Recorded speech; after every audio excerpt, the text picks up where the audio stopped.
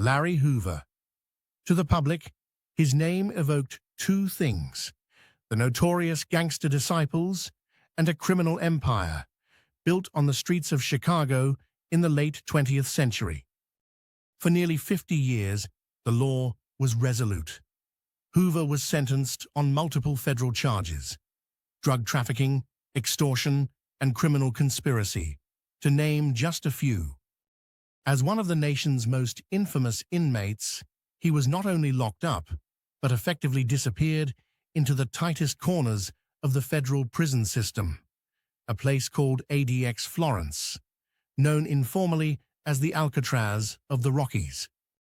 To his supporters, though, Hoover was a different figure, a rehabilitated man who, after decades behind bars, had publicly denounced gang violence and pleaded for a second chance. The idea that Hoover's sentence might be commuted would have seemed for a long time nearly impossible.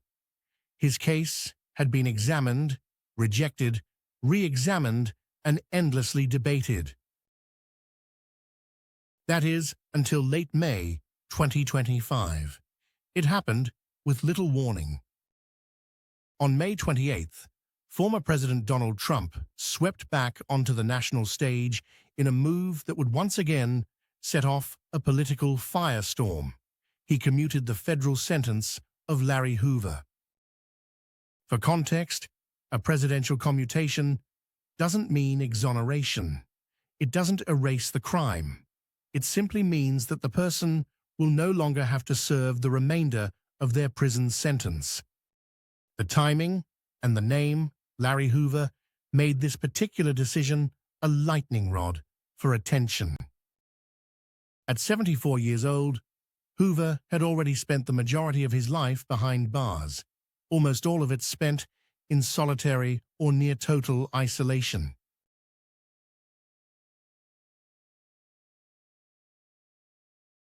The details of how and why this happened emerged in fits and starts. Some pointed to almost a decade of advocacy from celebrities, artists, and activists who had rallied on Hoover's behalf.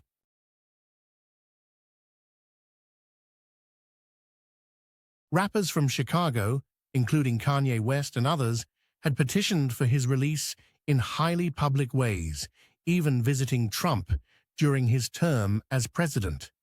Their argument was simple: if Hoover could come home, maybe others would follow his example.